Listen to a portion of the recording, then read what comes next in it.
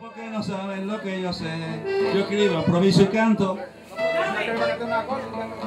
Bueno, eso es la...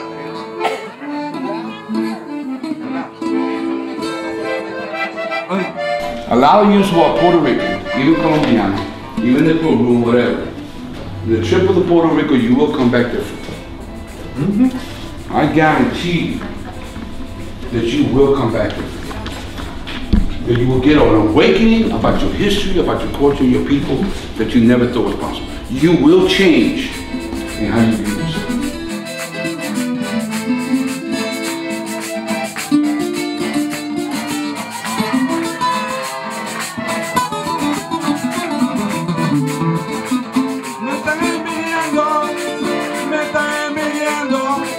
The Viejo San Juan and we have the Ponce, the museum parts of it. But when you have these agencies, you're like, wow, how can I bring that over here? But it all goes through the culture over there because they care. They care. Yo escribo, improviso y canto y toco la misma vez. La gente me está envidiando porque no saben lo que yo sé. Me están envidiando, oiga, me están envidiando, me están envidiando porque no saben lo que yo sé. Me están envidiando.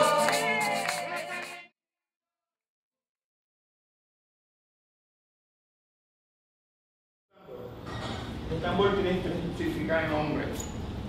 Tambor, barril o bomba. Tambor, barril o bomba. Se supone que sean dos tambores. Aquí yo voy a presentar, aquí hay uno, pero se supone que sean dos tambores.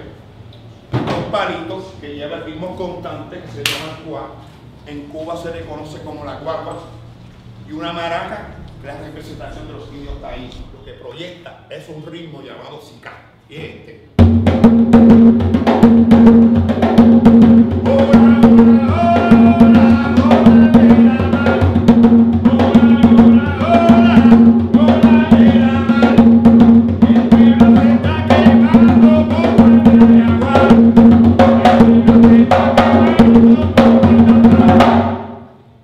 Aquí estoy llevando el ritmo constante. Hace falta un tome. El ritmo es el siguiente.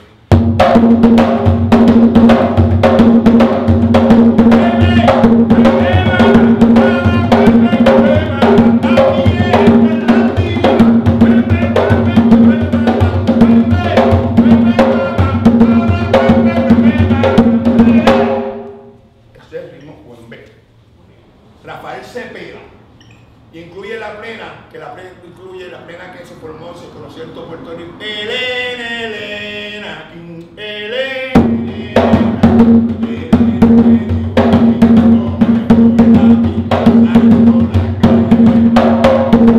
Aquí entra la cosa, en Puerto Rico se está informando todo. Y quería adelantar algo. Tú. 3. Chain. Okay? Okay. See you.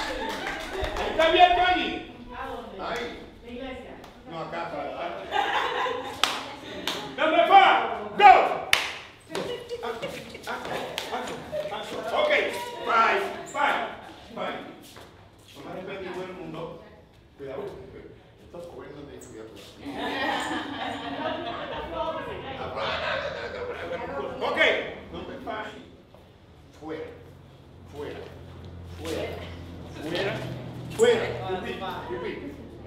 No me fai, no me fai. No me fai, no me fai. Go! Fuera! Go! Go! Go! Go! Woo! Number 6. Number 6. You. Mine. Okay, number 6.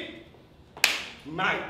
Son mía, son mía, son mía, son mía. All right, son mía, son mía, son mía, son mía. Shake, go. 1, 2, are you ready? 1, 2,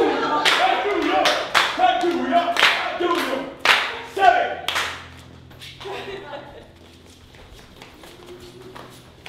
Shake.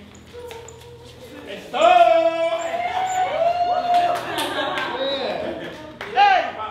Para. Toma. Okay. See the music.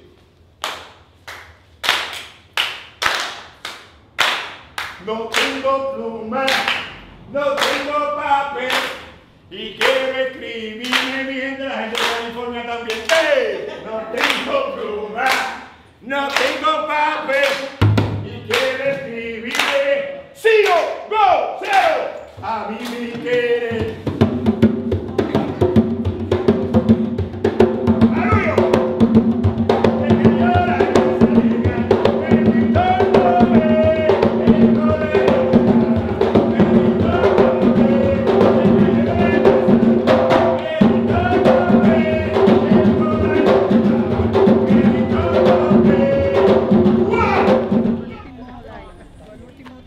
A ver si le funciona.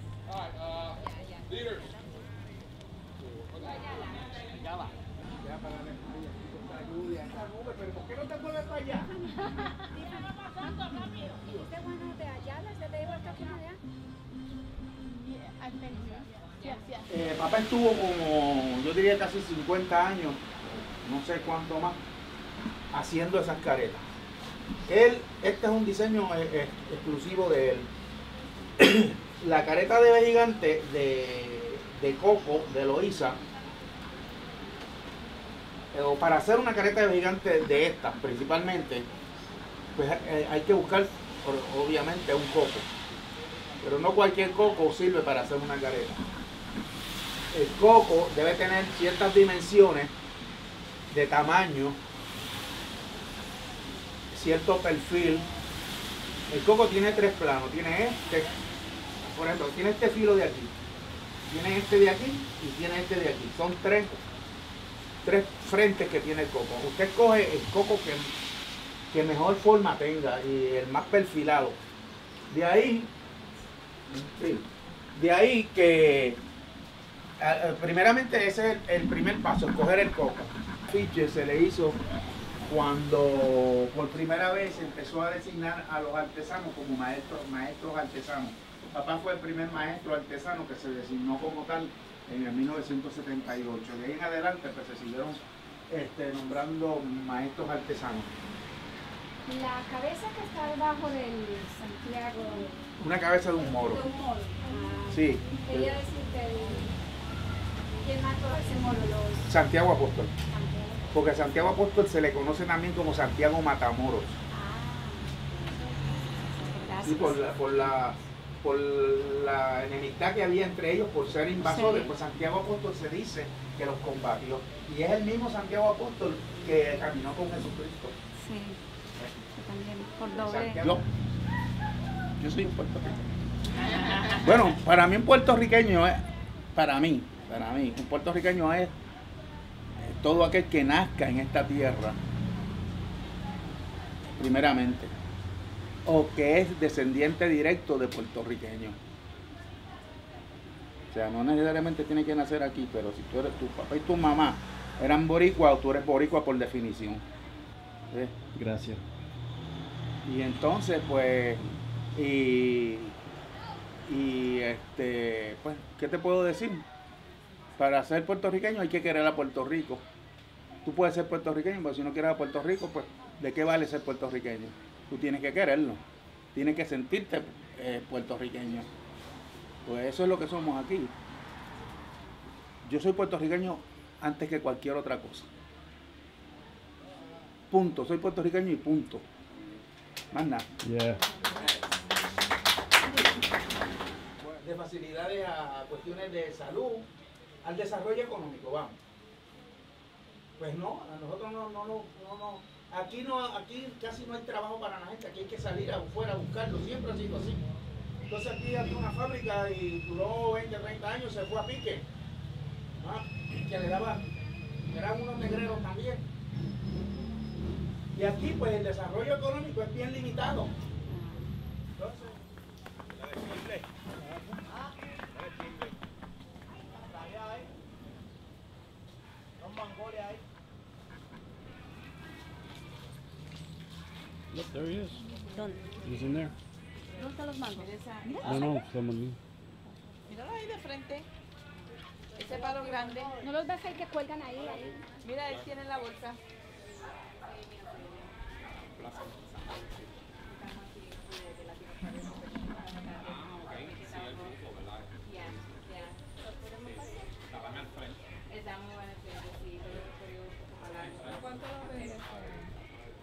Come on in, everyone. ¿Podemos entrar? That it celebrates Black women.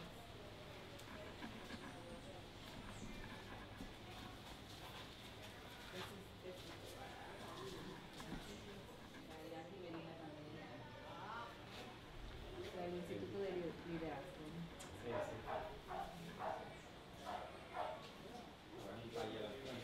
Exacto, sí.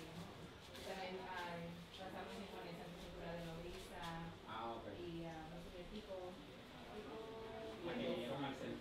Ajá, el centro cultural. Y nosotros con una bomba, con una historia. Llevan un rato aquí. Ya, oh, ya.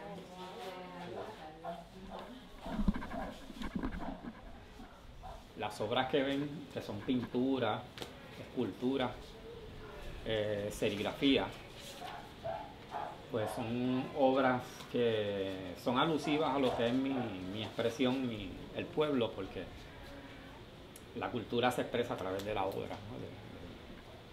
Y todo lo que ven pues tiene que ver algo con el pueblo, que es lo que mantengo aquí en el salón, ¿verdad? Y cada obra tiene su significado. Quiero que las vean cada cosa, ¿no?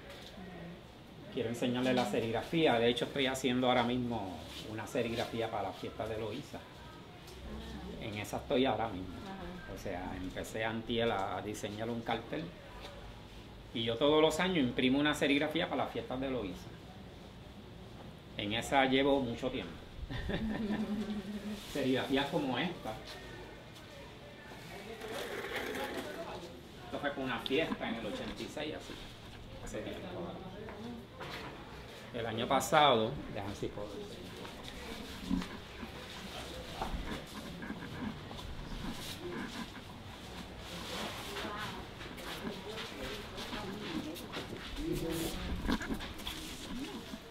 El año pasado hice esta, ¿ves? Que son ilustrando los personajes de la fiesta, en este caso el de Gigante. What impacted me about for every visit we went to, like the ones that we, were actually at the museums and stuff, each one of them talked about how important it is to know your culture. And if you don't know it, you're not, you know what I mean? It's not a part of you.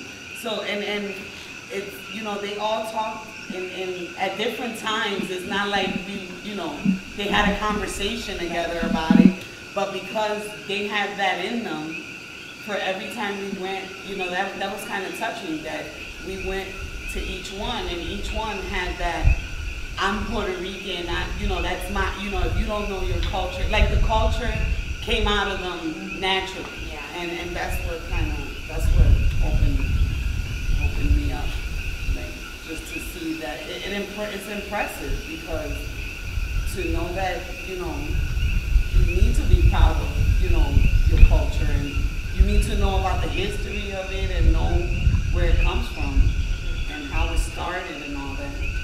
That's what touched me. Yeah, I think to me it's similar to with this year, because it's like the orgullo of being Puerto Rican, and what it means, the culture, the traditions. It's so important to keep with the traditions and to know your ancestors and and where you come from. So I mean, the bomba demonstration was amazing because you go into Loiza and with other things, you come in there with this myth of, this is voodoo, this is this and that, but to be around the people and to see who they are, to actually have conversations with them, it takes all that away. They're from Puerto Rico, they're just proud to be who they are, and they embrace their African culture and and everything that they've been through, and they continue to embrace it. And it's just like, it's their orgullo. That is who they are. Blackness in the culture, and we won't get deep into it today because we've had a long day.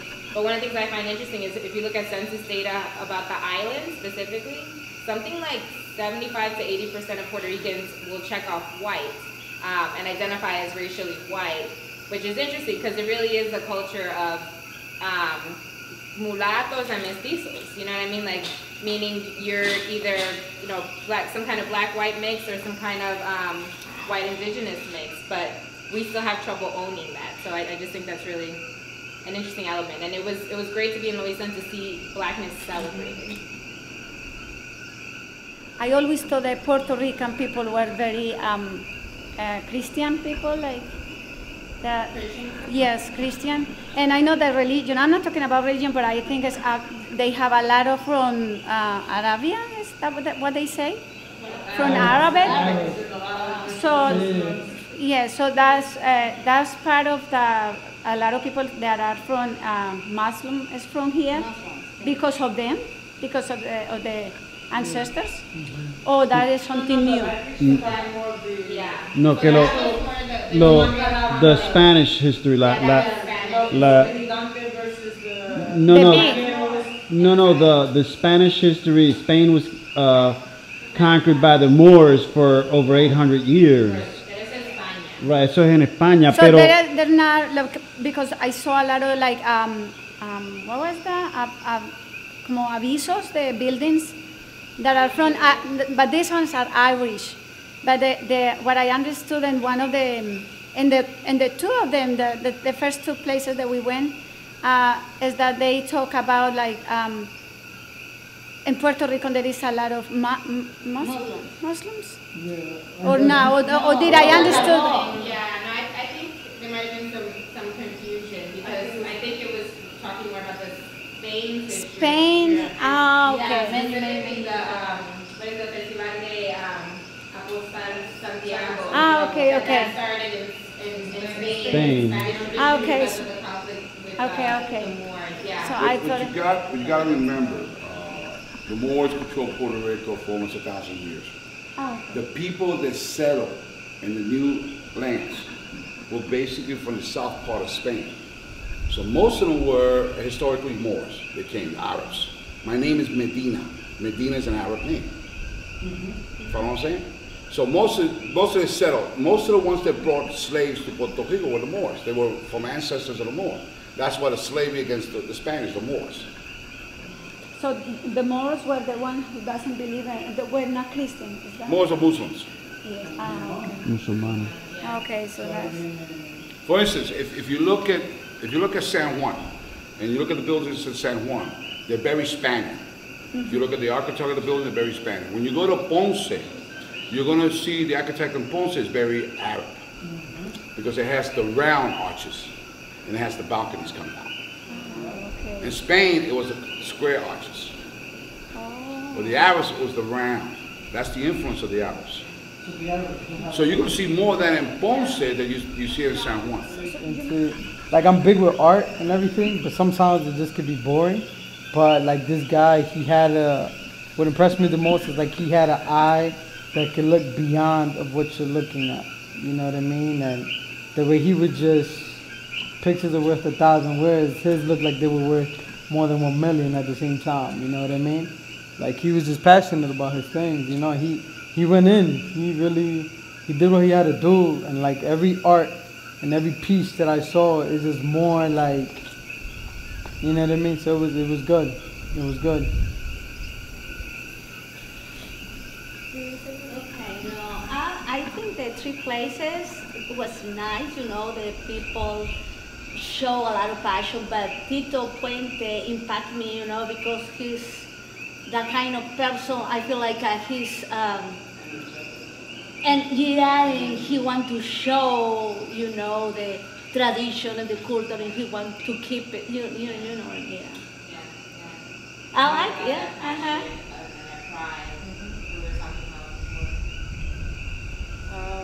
What really impacted me the most was when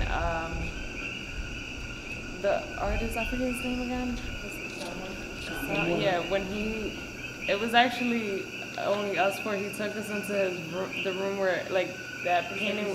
Yeah, it was super huge. I was like, wow. I just like, to me that painting impacted me more just seeing it that size. Like it was awesome. Yeah, he literally had. And folks remember that Mother Nature image, the round one. It was literally like all of this. Yeah.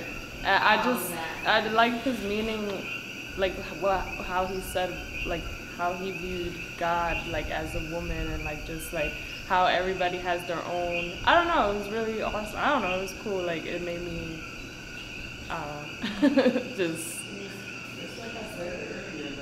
What was the impression about discussions tomorrow? And even after you shower and you guys want to come back, like after every day, after debriefing, will be your time. It was just the sake of getting to know everything today. Everything kind of ran over, you know what I mean? But feel free to come back and sit in the circle if you want, or sit off to the side, intermingle with everybody and ask those questions. Stop us coaches and you know, and pick our brains about what we know, what we don't know, how we can find out. You know, just for the sake of debriefing, we're keeping it smoother, but don't think that just because we're not sitting here after you guys could shower, we can't continue this conversation. So now the next thing I kind of want to segue into is taking a look, and we'll keep it brief and we'll keep it short, like what worked about today and what could have been better. You know, there's things that we've already talked about as a team, and we've talked about, like, you know, what could have went smoother, what went really well. But if I could just get like two folks to comment on two of those sides, because it's important that we're hoping that aside from enjoying the day, that you were critiquing us, right? Because that's how we all grow as leaders. We give each other. Observing how you guys could do it exactly smoother. Yeah. So. Did you give some ground rules on this building, on all that? You want to talk about that, please? We had that on our list of things. Thank you, Danny. Before you pass it off. Yeah. And then I have some other stuff too. We're gonna be going through some real mountain roads. And the first thing I would say to you, when we be going through those mountain roads, especially those with Ramon, because Ramon has the main pack, please don't be making noise and screaming and yelling. Be considerate that the man has to drive and extremely be careful. Look at the roads. Yeah, I mean, and these roads are dangerous. Because what happens if you don't know them, you're careful. But the people who live here know them and you should see them riding down these roads.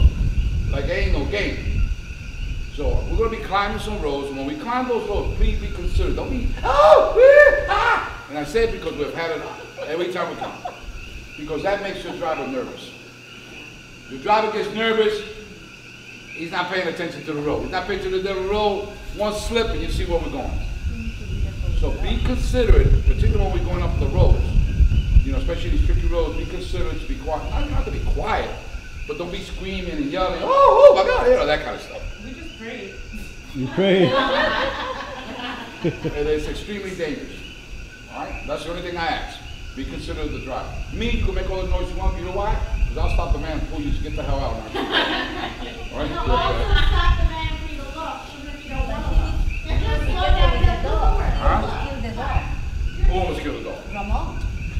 One thing you don't know about Puerto Rico has a lot of wild dogs. Spare. Yeah. All right? And, you know, you're going to be riding the roads, and you're going to be, sometimes they'll be popping out, and you may get them. It's like anything else. I don't think he intentionally went after the dog either. Edit that one out. Did he intentionally want to kill the dog? He told him to no. He told him to move. He came from lots of space.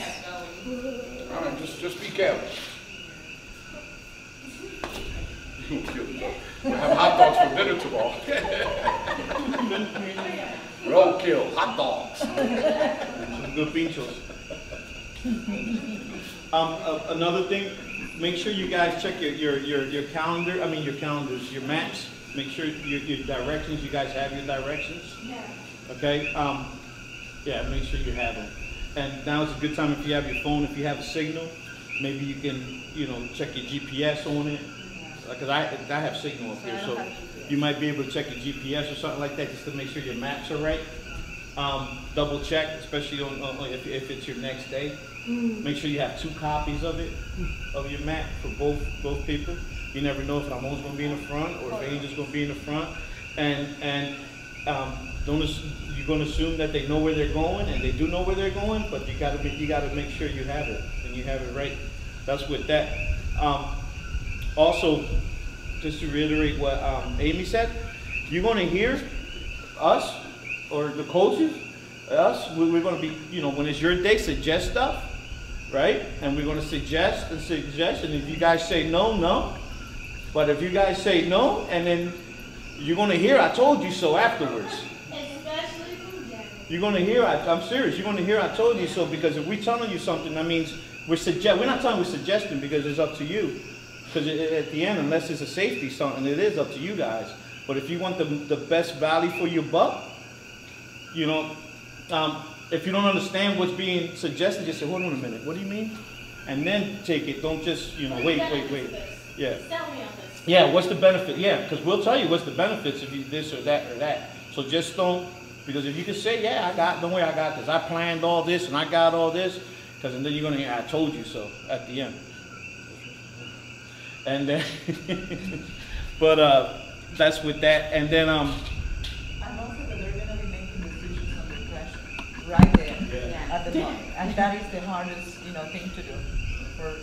And when it comes to making it like that, you're going to look at us and we. You're like, what do you want to do? Just make it. Sometimes you just have to make the decision. Yeah. Another thing, with lunch, with what you guys said. Make sure that you're planning to have lunch somewhere you have a choice, where there's not 16 people going at one spot. Because it takes forever. I'm going to give you, for instance, today, right? We were right across the street from good pictures, stuff like that. So if the choice would have been a park a little bit up more, where there was a couple more other choices to sit, then you would have had an hour to take pictures or whatever it is.